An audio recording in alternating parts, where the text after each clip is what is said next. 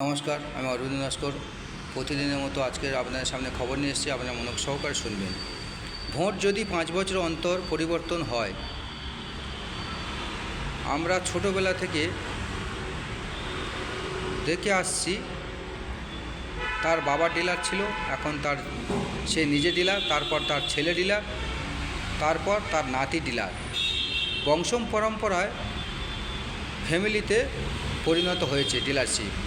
ভোটের মাধ্যমে পরিবর্তন হওয়া উচিত।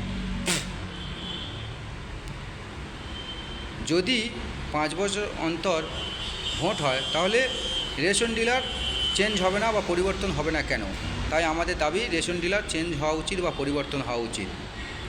যদি কারোর ছেলে না থাকে, তাহলে তার মেয়ে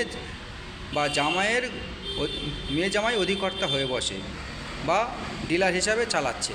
যদি কারোর ছেলে না থাকে, তার মেয়ে বা জামাই সেই ডিলারের অধিকর্তা হচ্ছে এবং ডিলার হিসাবে চালাচ্ছে। তাই কেন্দ্র সরকারকে বলবো, এই নিয়ম চেঞ্জ করতে হবে।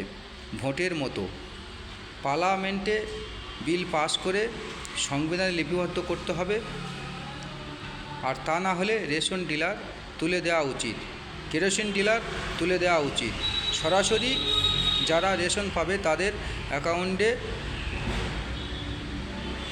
যে যা মাল পায় সেই পরিমাণ টাকা ঢুকে গেলে ভালো হয় এবং আর ডিলার লাগবে না।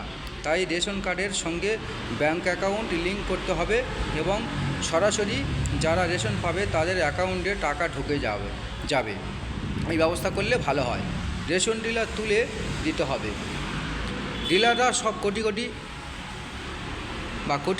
কোটি টাকা করে ফেলছে বা কোটিপতি হয়ে যাচ্ছে রেশনের মাল চুরি করে। 3 কিলো মালের জায়গায় 2 কিলো দিচ্ছে, এই রকম খবরও আছে, আমরা নিউজ মারফত দেখছি প্রতিদিন। তাই ডিলার তুলে দিতে হবে। আর তা না হলে 5 বছর অন্তর চেঞ্জ করতে হবে বা পরিবর্তন করতে হবে ভোটের মাধ্যমে বা যে কোনো নিয়মে। ফ্যামিলিগত ডিলারশিপ বন্ধ করতে হবে। রাজ্য সরকারকে ও কেন্দ্র সরকারকে আইন তৈরি করতে হবে এবং সংবিধানে লিপিবদ্ধ করতে হবে যে ফ্যামিলিগতভাবে ডিলার থাকবে না। 5 বছর পর যেমন ভোটের প্রার্থী চেঞ্জ হয়, সেই রকম ডিলারশিপ চেঞ্জ করা উচিত 5 বছর অন্তর, ভোটের মাধ্যমে বা যে কোনো টাকা পয়সার মাধ্যমে বা লিজের মাধ্যমে বা চুক্তির মাধ্যমে। সেই রাজ্য সরকারের সঙ্গে হোক, কেন্দ্র সরকারের সঙ্গে হোক, রাজ্য সরকার ও কেন্দ্র সরকার সবাই পার্লামেন্টে বসে আলোচনা করে সিদ্ধান্ত করতে হবে যে কি করা যায়।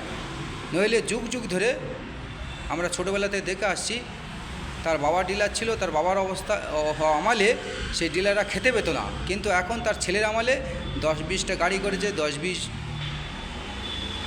বিঘা জমি করেছে, কোটি কোটি টাকা করেছে। এই টাকাগুলো আসছে কোথায়? তারপরে তার ছেলে হবে, ছেলে যদি না থাকে মেয়ে হবে বা জামাই হবে, মেয়ে জামাইয়ের পরে মেয়ের ঘরে ছেলে বা নাতি বা মেয়ে থাকলে সেই হবে নাতি নাতনি। তাহলে এইভাবে তারা বংশ পরম্পরা করে খেয়ে আসছে। তাই এই নীতি বন্ধ করতে হবে। আগের যে পুরাতন নীতি আছে বা নিয়ম আছে, রুলস আছে, সেই রুলস চেঞ্জ করা উচিত।